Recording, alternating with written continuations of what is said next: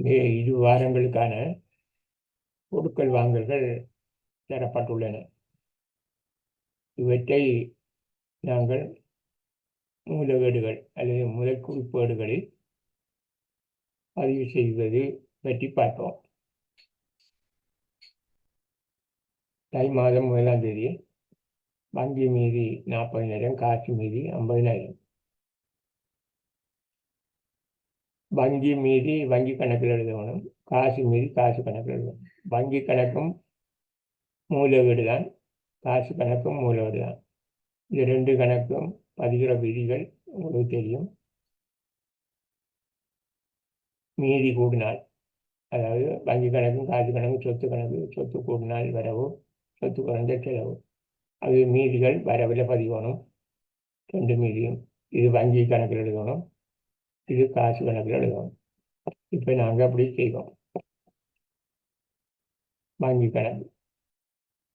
கணக்கில் தை மாதம் 1ஆம் தேதி மீதி 40,000. காசு கணக்கில் 1ஆம் தேதி மீதி 50,000.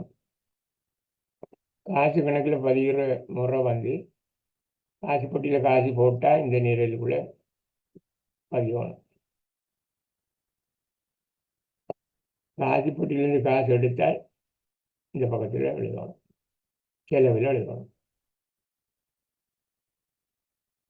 காசு கணக்கில் காசு பொட்டியில் போடுறது எல்லாம், அதாவது காசு கிடைச்ச காசு எல்லாத்தையும் வரவில் எழுதணும், கொடுத்த காசு எல்லாத்தையும் செலவில் எழுதணும்.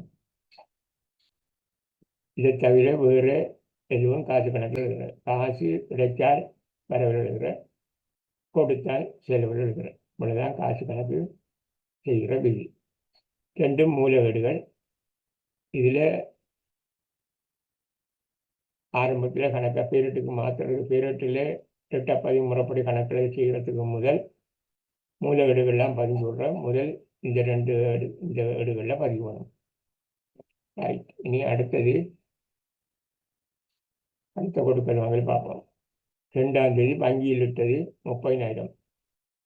இது வங்கியில் இட்டது என்றால் காசு பொட்டியிலிருந்து காசு எடுத்து வங்கி கணக்கில் வைப்பு செய்யுது, வங்கியில் வைப்பு செய்யுது. காசு கணக்கில் குறையுது, வங்கி கணக்கில் கூடுது. வங்கி மீதி கூடுது, காசு மீதி குறையுது.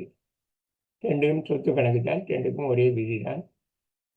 இப்போ விதி ஒன்றும் இதில் பார்க்க வேண்டிய அவசியம் இல்லை, உங்களுக்கு தெரியும். வங்கியில் இட்டது 30,000 வங்கி கணக்கில் வரவில் எழுதணும், காசு கணக்கில் செலவில் எழுதணும். ஏன்னா காசு எடுக்கிறது, அப்போ காசு கணக்கை முதல் எடுக்கணும். காசு கணக்கில் இந்த 30,000 எடுத்திருக்கு, செலவில் எழுதிருக்கு. காசு பொட்டியிலேருந்து காசு எடுத்தால் இந்த பக்கத்தில் எழுதுறேன். அப்போ இதில் எழுத என்னத்துக்கு எடுத்தால் வங்கியில் போடுறதுக்கு, வங்கியில் கட்டி நடைமுறை கணக்கு தான் வங்கி கணக்கில் போடுறது, கட்டுறதுக்கு எடுத்திருக்கு. தேதி 2ஆம் தேதி. இதுக்கு இன்னும் மற்ற கணக்கும் பதிக்கணும். ரெண்டும் காசு கணக்கும் முதல் குறிப்பாடு, வங்கி கணக்கும் முதல் குறிப்பாடு. அப்போ வங்கி கணக்கில் இன்னும் வங்கியில் சேர்த்து வங்கி மீதி கூடும், அப்போ வரவில் எழுதணும். இது வைப்பு செய்தெல்லாம் இதில் எழுதுறேன்னு சொல்லியிருக்கோம். அப்போ இதில் என்னத்தை வைப்பு செய்த காசை கொண்டு, அவை காசு அண்டலிக்கு தேதி 2ஆம் தேதி. அடுத்து பார்ப்போம். கொள்வனவு காசோலை 20,000 ரூபா. இப்போ காசோலைக்கு கொள்வனவு, அப்போ வங்கியில் இருந்து ஈடுபட்டிருக்கு, வங்கி குறையுது, வங்கி மீதி குறையுது. இது வங்கி கணக்கில் மட்டும்தான் எழுதுறேன், மற்ற பதிவு இப்போ பதிகிறல. ஏன்னா முதல் குறிப்பாடில் மட்டும்தான் பதிகிறோம். அது வங்கி கணக்கில் மட்டும்தான் பதிகிறேன். வங்கி கணக்கில் இந்த 20,000 எழுதணும். என்ற காசோலை கொடுத்திருக்கின்றபடியால் வங்கியில் குறையும், அப்போ வங்கி கணக்கில் செலவில் எழுதணும். வங்கி கணக்கில் செலவில் 20,000 தேதி 3ஆம் தேதி. கொள்வனவு என்னது காசு கொடுத்துன்னு கேட்டால் சரக்கு வாங்குறதுக்கு, முதல் விற்பனைக்கான பொருள் கொள்வனவு, சரக்கு கொள்வனவு.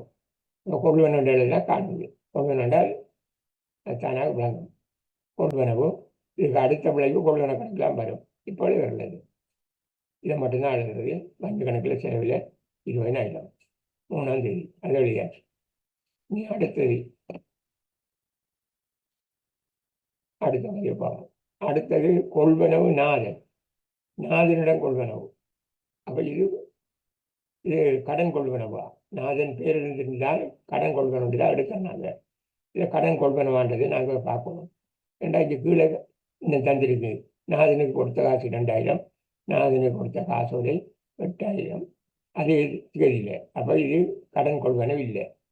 இது காசுக்கு கொள்வனவு 2,000, காசோலைக்கு கொள்வனவு 8,000. அப்போ இது காசுக்கு கொள்வனவை காசு கணக்கில் எழுதணும், காசோலை கொள்வனவை வங்கி கணக்கில் எழுதணும்.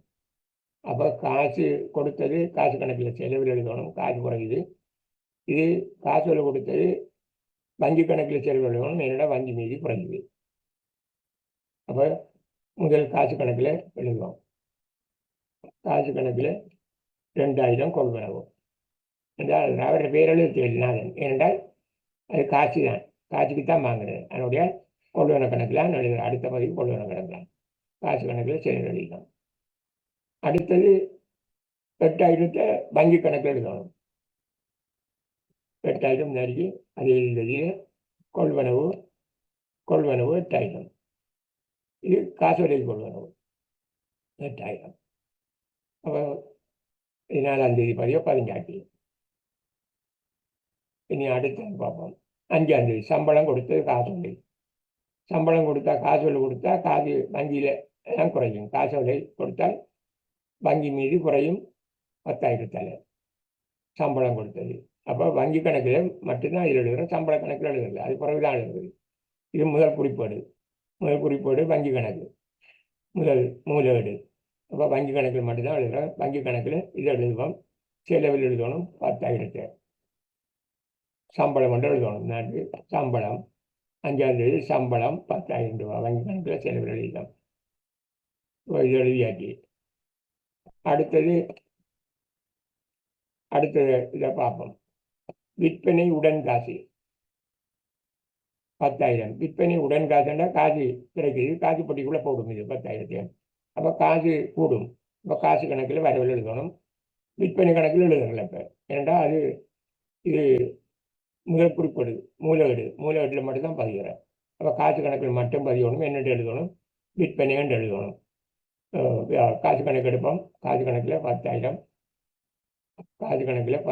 விற்பனை என்று 6ஆம் தேதி விற்பனை. இப்போ காசு கணக்கில் மட்டும்தான் எழுதுகிறேன். பிறகு தான் விற்பனை கணக்கு எழுதுகிறேன். அது பிறகு பார்க்குறது. இப்போ மூலவேட்டில் பதிகிறது. முதல் குறிப்பேட்டில் முதன்மை வேட்டில் பதிகிறோம்.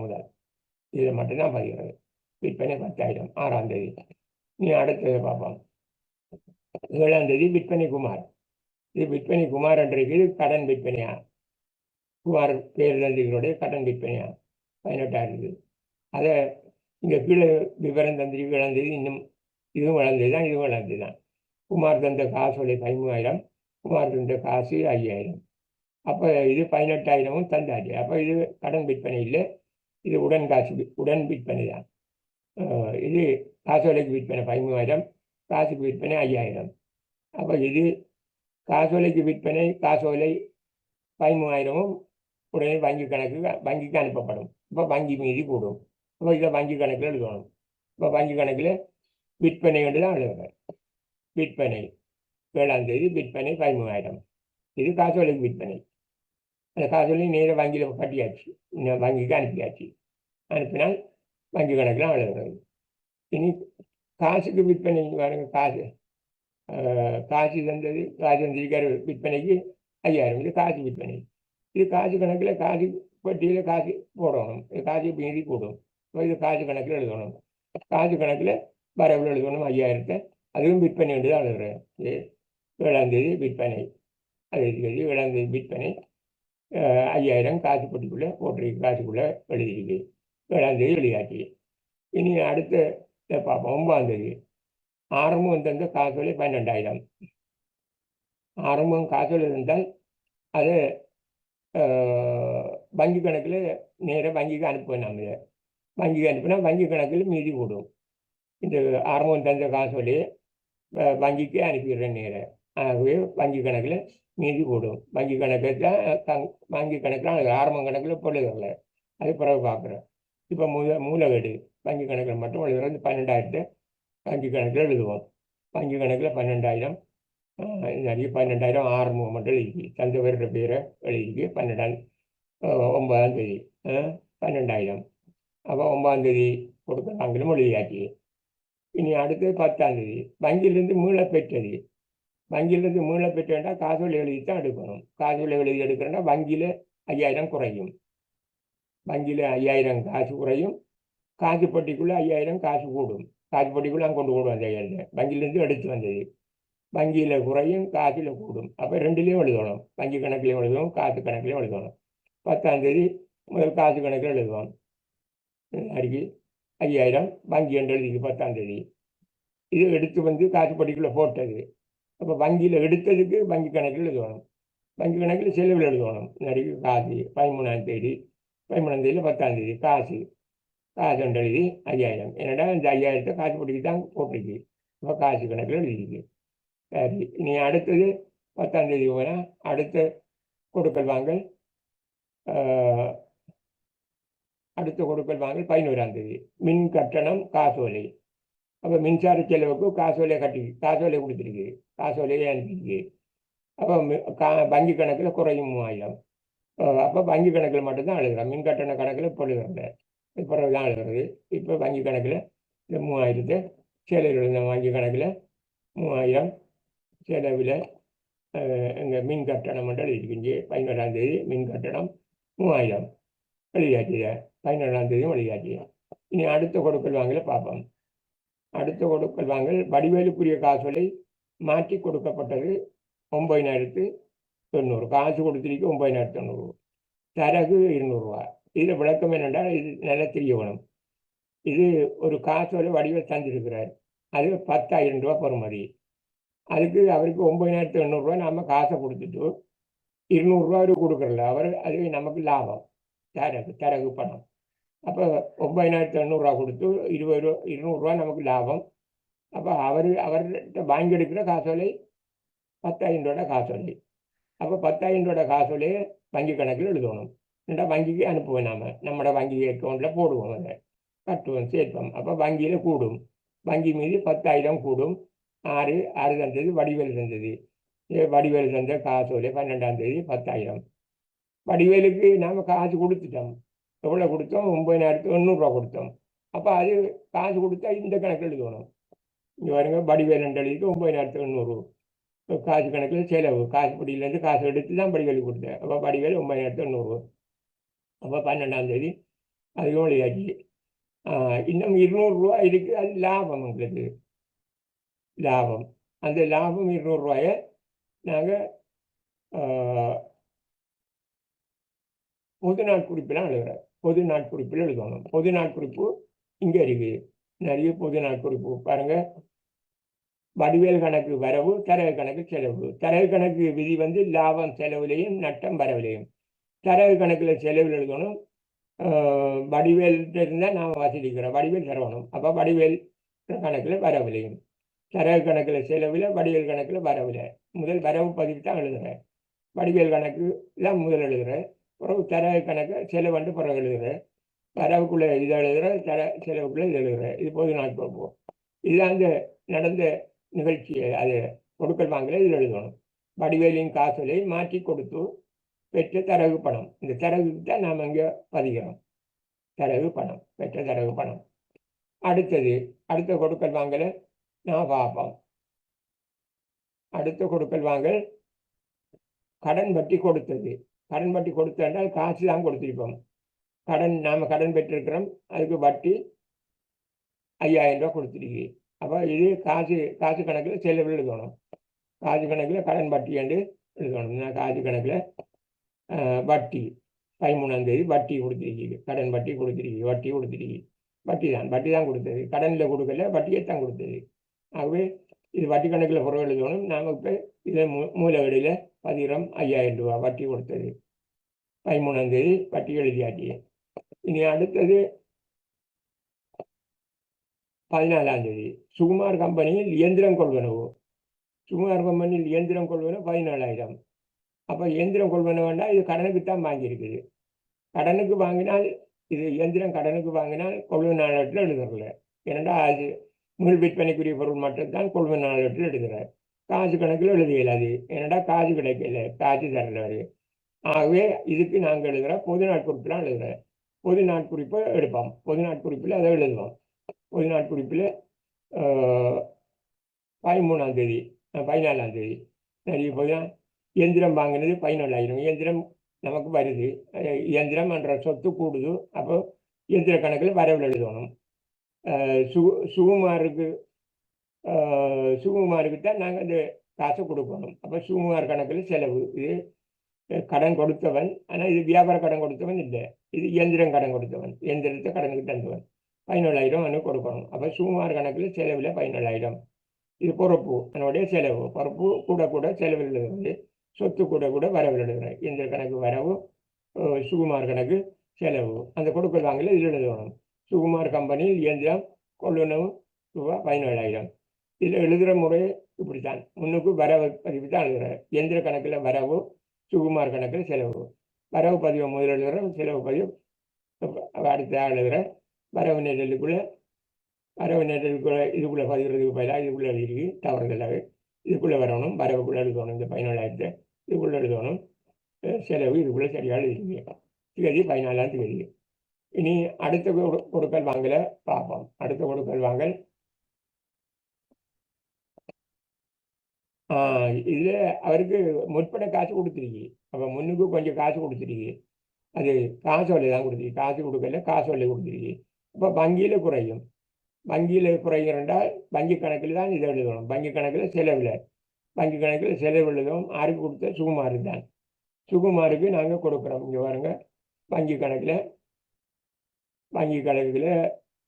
செலவில் எழுதுகிறோம். சுகுமார் செலவில் எழுதுகிறோம் 5,000. 14ஆம் தேதி சுகுமாருக்கு 14,000 கொடுத்திருக்கிறோம். காசோலை தான் கொடுத்தது. ஆகவே வங்கி கணக்கில் செலவில் எழுதிக்கிறோம். இனி அடுத்த கொடுக்கல் வாங்கலை பார்ப்போம். அடுத்த கொடுக்கல் வாங்கல் கே சிவராமனுக்கு விற்பனை. அது 14ஆம் தேதி தான். சிவராமனுக்கு விற்பனை 4,000. இது கடன் விற்பனை. காசு விற்பனை என்றால் சும்மா விற்பனை என்று தருவாங்க, அல்லது காசுக்கு விற்பனை என்று தருவாங்க. இது சிவராமனுக்கு விற்பனை என்று பேர் தந்திருக்கிறோடைய இது கடன் விற்பனை. இதை காசு கட்டிலையும் பதியலாது, வங்கி கணக்கிலையும் பதியலாது, காசு கணக்கிலையும் பதியல, வங்கி இது எங்கேயும் பதியலாது.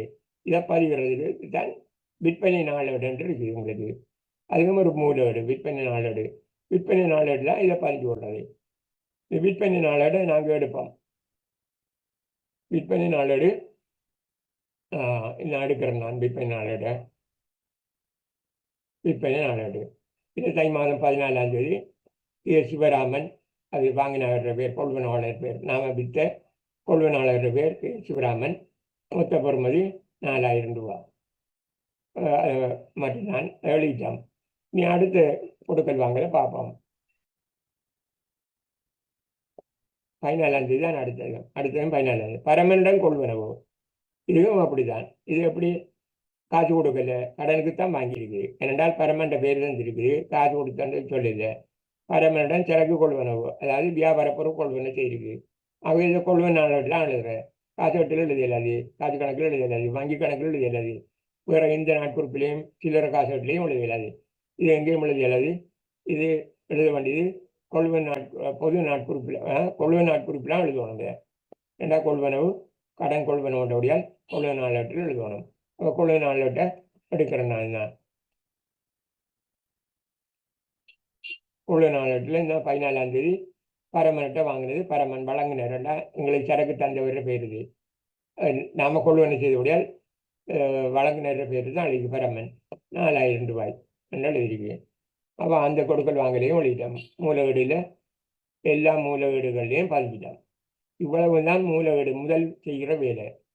அதுக்கு பிறகுதான் மற்றது. பிறகு பேரட்டுக்கு மாத்திரன்னு சொல்லுவாங்க. அதாவது திட்டப்பதிவு முறைப்படி பேரட்டு கணக்கில் செய்கிறது. இலகுவாக கணக்கை செய்கிறதுக்கு இதுக்குத்தான் இந்த மூலவீடுகள் பயன்படுது. தவறு இல்லாமல் பிழை இல்லாமல் செய்கிறது தான் இந்த நாங்கள் இப்போ பார்த்த மூலவீடுகள். இப்போ என்னென்ன மூலவீடு இல்லை கணக்கில் செய்திக்கோண்டா, காசு கணக்கில் செய்திருக்கோம், வங்கி கணக்கில் எழுதியிருக்கோம், விற்பனை நாளேட்டில் எழுதியிருக்கோம், கொள்வன நாளேட்டில் எழுதியிருக்கோம்,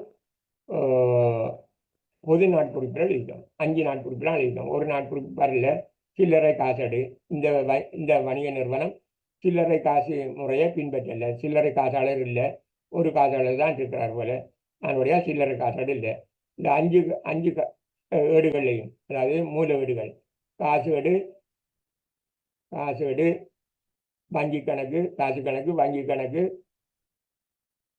விற்பனை நாட்குறிப்பு, கொள்வன நாட்குறிப்பு, பொது நாட்குறிப்பு ஆகிய இந்த 5 நாட்குறிப்புகளையும் நாங்கள் வெட்ட பதிஞ்சிருக்கிறோம். இதில் இந்த விவரங்களை மூல ஆவணங்களை நான் இதில் சொல்லியிருக்கிறேன்.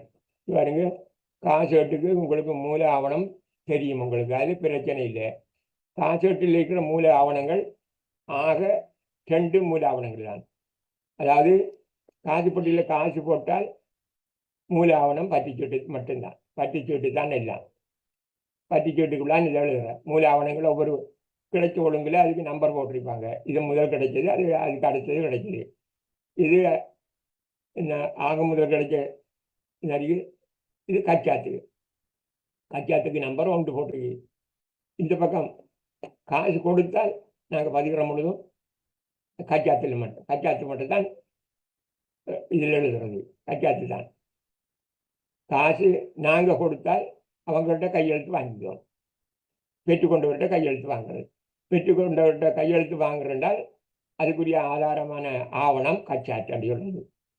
இது நாங்கள் காசை பெற்றுக்கொண்டால் அவர்களுக்கு காசு கொடுத்ததுக்கு அவங்களுக்கு ஒரு சீட்டு கொடுக்கணும். அதாவது அவங்க காசு தந்ததுக்கு ஆதாரம், அதை சொல்றது பத்திச்சீட்டு. அப்போ இந்த அந்த பத்திச்சீட்டுகளை இவற்றின் உதவியோடு தான் இதை எழுதுறது. இது 6 பத்திச்சீட்டுகளுக்கும் 6 விற்பனை என்று இருக்கும். பத்திச்சீட்டு 7 விற்பனை என்று இருக்கும். பத்திச்சீட்டு 13 வங்கியில் இருந்து காசு கிடைக்க இருக்கும். அப்படி இந்த பத்திச்சீட்டுகள் ஒவ்வொன்றும் அந்த விவரத்தை குறிக்கும். அதே போல இதுலேயும் கச்சாத்து இலக்கங்கள், இந்த விவரம் அதில் இருக்கும். இந்த விவரம் இந்த கச்சாத்தில் இருக்கும். இந்த பத்திரம் நாங்கள் சொன்னோம், பத்திச்சீட்டும் 2 பிரதி தயாரிப்பாங்க, ஆக குறைஞ்சி 2 பிரதி, கச்சாத்தும் 2 பிரதி தயாரிப்பாங்க. பத்திச்சீட்டு காசு பெற்றவர்கிட்டையும் ஒரு பிரதி இருக்கும், காசு கொடுத்தவர்கிட்டையும் ஒரு பிரதி இருக்கும். கச்சாத்திலையும் அதே மாதிரி தான், காசு பெற்றவர்கிட்ட ஒரு பிரதி, காசு கொடுத்தவர்கிட்ட ஒரு பிரதி. இது காசு கணக்கோடு சம்மந்தப்பட்டது. 2 விவரம், 2 ஆவணங்கள் மட்டும்தான். ஒன்று பத்திச்சீட்டு, மற்றது கச்சாத்து. இதில் அடுத்தது மூல ஆவணம். இதில் மூல ஆவணம் ஒன்று தான் எழுதிருக்கு, கச்சாத்தன் எழுதலை. இதிலே மூல ஆவணம் ஒன்று தான் எழுதிருக்கு. ஏனென்று கேட்டால் இதில் மூல ஆவணம் தனியாக கச்சாத்தா மட்டும் இருக்காது. இதில் பெற்றுக்கொண்டதுக்கு நாம் பத்திச்சீட்டு தான் கொடுக்குறோம். பத்திச்சீட்டு சிலது பத்திச்சீட்டாக இருக்கும், சிலது வேறு ஆவணமாக இருக்கும். பத்திச்சீட்டு கொடுக்கணும் ஏனென்றால் காசு கிடைக்கக்குள்ள, அதாவது வங்கி நமக்கு தரக்குள்ள பத்திச்சீட்டை கொடுப்போம். ஆனால் இதை தவிர வேறு கொடுக்கல் வாங்கல் நடக்கும். உதாரணமாக வங்கி வசூலிக்கிற கட்டணம் இருக்குது, வாடிக்கையாளர்கிட்ட வங்கி வசூலிக்கிற கட்டணம், காசோல புத்தகத்துக்கு கட்டணம் வசூலிக்கும். வேறு யாராவது காசு அனுப்புவாங்க, காசோல மறுக்கப்படும். நாம வங்கியில் கட்டின காசோல மறுக்கப்படலாம், நாம கொடுத்த காசோல மறுக்கப்படலாம். அந்த விவரங்களும் இதில் வரும். ஆன காரணத்தினால அதுக்குரிய ஆவணங்கள் வேறு. அந்த ஆவணங்களை நாங்கள் வேறு பேர் கொண்டு அழைப்போம். மறுப்பு சீட்டுன்னு சொல்லுவோம், காசோலை மறுபறிப்பு குறிப்புன்னு சொல்லுவோம். அந்த அதுகளும் இதில் வரும். எல்லா ஆவணங்களுக்கும் அந்த ஒழுங்குல நம்பர் போட்டிருக்கும். அதில் மூல ஆவணம் தான் ரெண்டு தான் எழுதுறேன். இதில் கச்சாத்தண்டு எழுத மாட்டோம். காசு கணக்கில் எழுதுற மாதிரி தனியாக கச்சாத்தண்டு எழுதுறதுல, இதையும் பத்திச்சீட்டண்டு எழுதுறதுல, இதில் ஒவ்வொரு ஆவணம் இருக்கும். அதை நாங்கள் விரிவாக பிறகு படிப்போம். இனி அடுத்தது இது கொள்வனவு விற்பனை நாளேடு. விற்பனை நாளேடுக்கு உங்களுக்கு தெரியும், நான் சொன்னேன் விற்பனை நாளேடு இதுக்கு முந்தின இதில் விளக்கத்தில் விற்பனை பட்டியல். கடனுக்கு விற்றால் விற்பனை பட்டியல், கடனுக்கு வாங்கினால் கொள்வனவு பட்டியல். இது விற்பனை என்றால் வித்திருக்கு, கடனுக்கு வித்திருக்கு. கடனுக்கு விற்றால் அதில் அந்த பணம் பெற்றுக்கொள்ளப்பட்டது என்று அதை அடிச்சிருக்க மாட்டாங்க அந்த பட்டியலில். அதனுடைய அந்த பட்டியல் விற்பனை பட்டியல். இந்த பட்டியல் இலக்கம் பட்டியல் வந்து விற்பனை பட்டியல். விற்பனைக்குரிய பட்டியல் விற்பனை பட்டியல். விற்பனை பட்டியலில் போட்டுக்கிற நம்பர் தான் இதை 18. அதே போல் கொள்வனவு பட்டியல் இதில் இருக்கு. இதே பட்டியல் வந்து கொள்ளுணவு பட்டியல். இது கொள்ளுணவு பட்டியல் இலக்கம் தான் 17. இலக்கம் 17. இதுக்குரியது இது கொள்ளுணவு பட்டியல். இது பண்ண இதில் கொள்ளுணவு பட்டியல் எழுதலாம் பயம் இல்லாமல். இதில் விற்பனை பட்டியல் எழுதலாம். இது விற்பனை பட்டியல், இது கொள்ளுணவு பட்டியல். ஆனால் இது வங்கி கணக்கில் மட்டும் அப்படி எழுதல. இதில் மூல ஆவணம் வேற மரப்பறிப்பு குறிப்பெல்லாம் இருக்கும். இதில் அந்த ஆவணங்களை நாங்கள் பின்னர் தெளிவாக பார்ப்போம். இதில் பார்ப்போம். இதிலே மூல ஆவணம். இதுக்கு மூல ஆவணம் வந்து பொது நாட்குறிப்புக்கு மூல ஆவணம் வந்து கச்சாத்தன் தான் சொல்றது. அது இந்த கச்சாத்தை சொல்றது பொது நாட்குறிப்பு கச்சாத்து.